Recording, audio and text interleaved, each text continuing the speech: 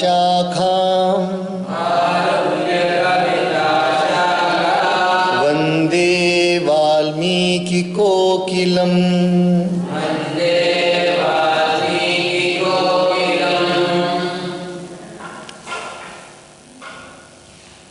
The life of a human being is replete with different types of experiences. And there are three types of difficulties which have been indicated by the Shastras.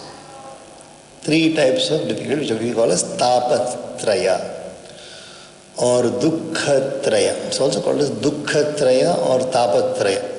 So we say Adhyatmika, Adi Bhautika and Adi Daivika.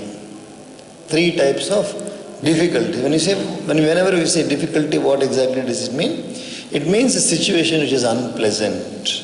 An unpleasant situation, or a pleasant situation is not yet unpleasant, but it looks like future will be unpleasant. So some particular event has occurred, some episode has happened, we don't know, we are not able to understand that why it happened, and we do not know whether we know the solution for that also, we don't know. So these three types of situations arise. Adhyatmika, Adi Bhautika and Adi Daivika. We call them as Tapatraya or even Shulatraya. That's why the removal of these two, that's what Paramatma Shiva does by his Trishula. Trishula removes the Shulatraya.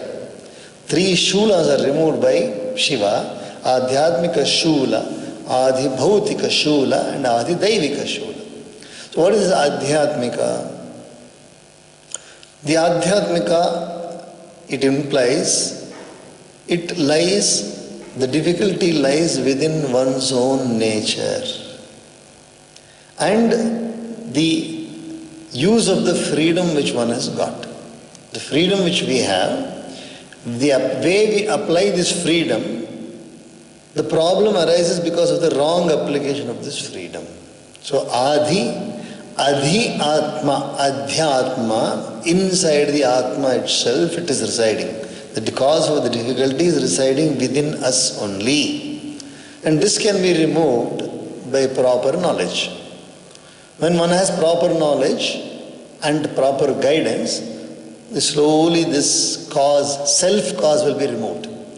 For example, eating too much or studying too much or exerting oneself too much beyond the limit, because one does not have an idea how much one should exert oneself.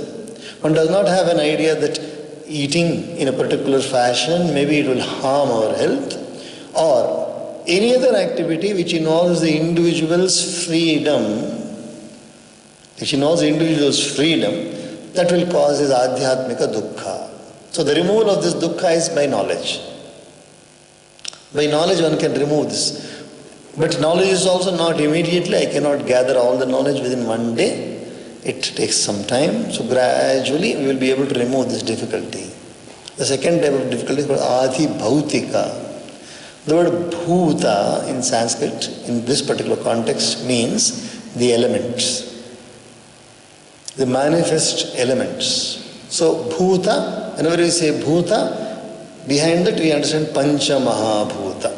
It means the five elements, or the five primordial elements: space, air, fire, water and earth. So these five elements together, they constitute our body. They not only constitute our body, they constitute the entire world other than us also. So their nature itself is to deteriorate. Panchabhutas, anything manifest in this world, it goes through 6 types of deteriorations, 6 types of modifications. The first modification is coming into being. Jayate. It comes into being. It was not there earlier, like the body. The body comes into being and then it remains here. Second modification is it stays. It doesn't go back to from where it came immediately. Jayate asti. Vardhate is the third one, which means it grows. It grows, the body grows. Similarly, trees also grow. Similarly, plants also grow. Similarly, animals also grow. So the third modification which we can actually see is the growth. The fourth modification is called as not only growing, it changes also. It changes the looks. The looks are not the original. If it just keeps on growing like zoom. So this child, if you zoom it, it's still the child only, but the size is bigger. But it's not like the zoom, it changes completely. Everything, all the changes. Viparinamate. The fifth change is deterioration. Fourth change is, it looks different, that's okay. But the fifth one is deterioration, slowly deterioration. It means the original strengths are not there, the original condition is not there, gradually weakness starts coming in. And the sixth one is destruction or death. So this is common to all the things which are manifest. So the second type of dukkha is because of the natural change, which nobody can stop it. What can we do? We can postpone it. Like, for example, if a person is very weak right at the outset, he can build up his strength. Gradually build up with the adhyatmika, we can build up the adi bhautika, gain some knowledge and then keep on postponing it. Instead of 100 years, we can live 110, 120, 130, 140. We can postpone that departure. But we cannot stop this modification at all. It keeps on happening. The third type of dukkha is called as adi daivika. Adi daivika is not in the regular course. It is not in the regular course of the individual, nor in the regular course of the elements. It is in the irregular course of the calamities. The calamities one cannot predict when the calamity will come. Today what has happened, I do not know whether you are aware, just today morning, 6 kilometers of mountain in Talakaveri has completely slid. Landslide of 6 kilometers, and 2 houses completely gone under the mud. They do not know where the people are who are living in the house. They were the chief priests of Talakaveri temple. Today morning it has occurred. Very, very severe landslide just in front of Talakaveri ashram. Just in front, about half a kilometer in front of the ashram, it has happened. And we got the call from there. 6 kilometers of mountain region. We do not know how much thickness. It simply slides and comes and falls on the houses. And then two houses are submerged complete. Both the houses are the house of the chief priests of the temple. And they are not finding the chief priest there. They are still looking for it. So this is called as adi daivika dukkham. Nobody can predict at what time what is going to happen if the calamity occurs. An earthquake is a calamity, natural calamity. So through that also one suffers. That's called as adi daivika. So these three, we pray to God that our so short a life is there, the short life of whatever you call as 100 years maximum.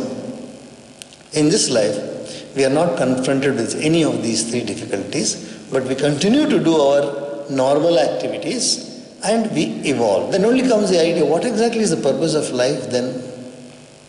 If life is subject to completely, it is in the hands of God. If life is completely in the hands of God, then where is the question of my predicting tomorrow? Where is the question of my working towards a goal? That's the beauty of life. The unknown remains unknown and we don't bother about it. The unknown remains unknown. We don't bother about the unknown.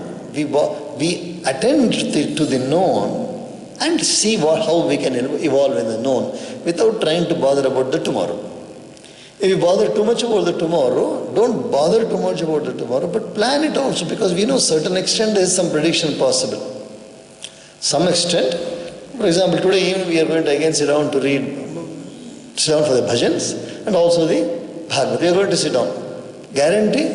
No, it's not a mixie or a TV or anything to give guarantee. Nobody can give the guarantee. It's not possible to give any guarantee. But we have a hope, and with this hope, and inside this hope only, within this hope only we plan everything.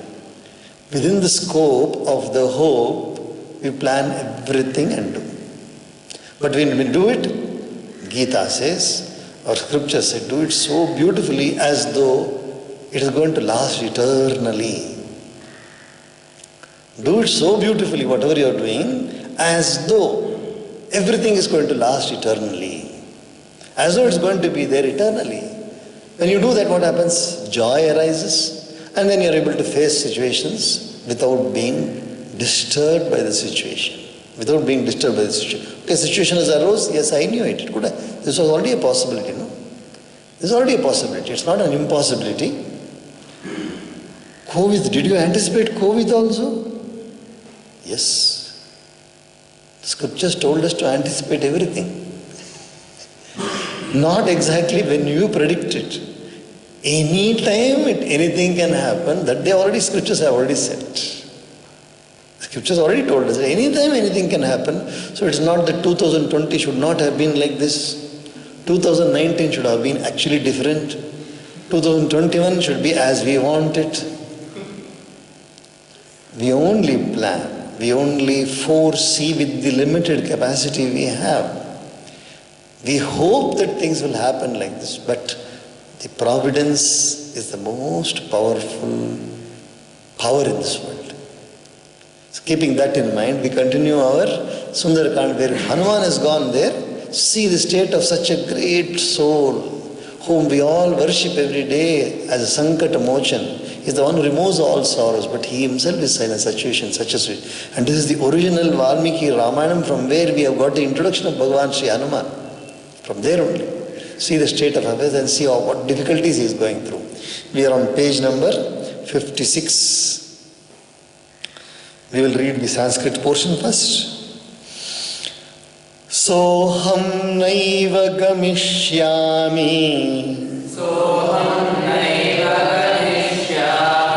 Kishkindham nagarimitaha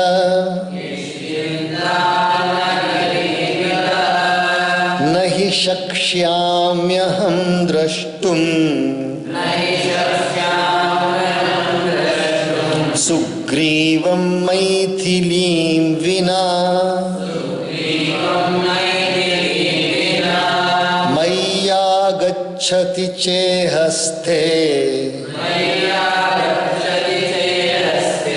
Dharmatmanau maharathau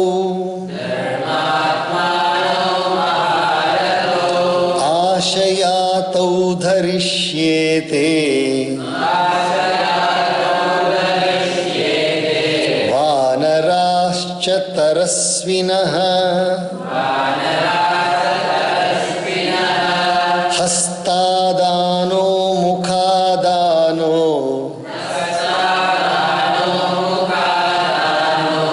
Niyato vrikshamulikaha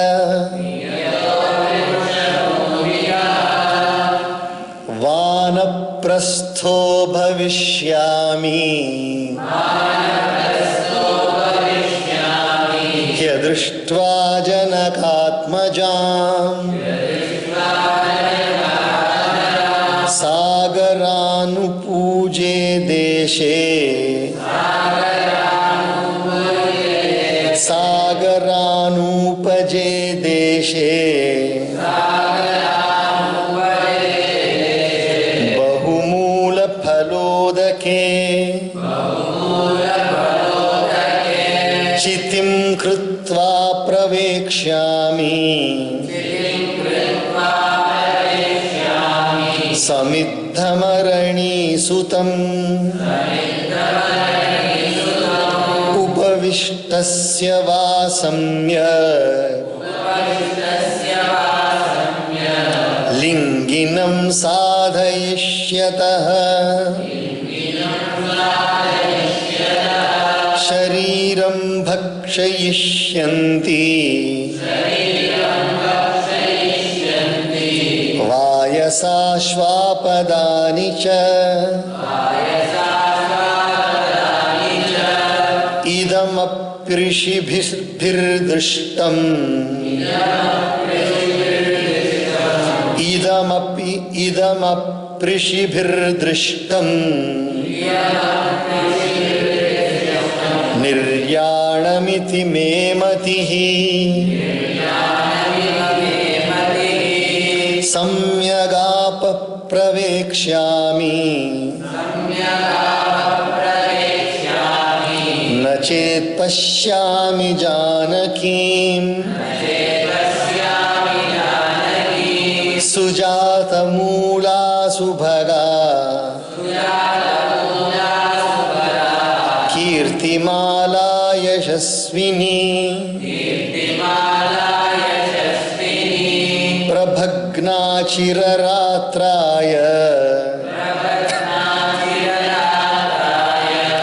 Mama Sitam Apashyataha Tapaso va bhavishyami Niyato vrikshamulikah Neta pratigamishami Kama drishtva site kshanam Yadi tu pratigacchami Sita manadhigamyatam Angadas sahitas sarvair Vanarairna bhavishyati Vinashe bahavo dosha Jivan prapnoti bhadrakam Tasmat pranan dharishyami Dhruvo jivati sangamaha. Very completely, analysis of life based on the situation. There is no clarity of what is going to happen. Situated as I am, I shall on no account return to the city of Kishkinda from this place. For I shall not be able to see Sugriva without tracing out Sita, the princess of Mithila. If I do not return, but continue at this place, those two great car warriors, Sri Ram and Lakshmana, who have set their mind on virtue, will preserve their lives, as also the agile monkeys, full of hope for my return, subsisting on whatever comes to my hands or whatever comes to my mouth through another's will. Nay, self-restraint and resting at the foot of trees, I shall actually live as a hermit on my not discovering the daughter of Janaka. Or preparing a funeral pile on a piece of watery land adjoining the sea, so that my ashes may be washed away by the waves of the sea, and as such, abounding in roots, fruits and water, I shall enter a flaming fire produced by rubbing two wooden sticks together.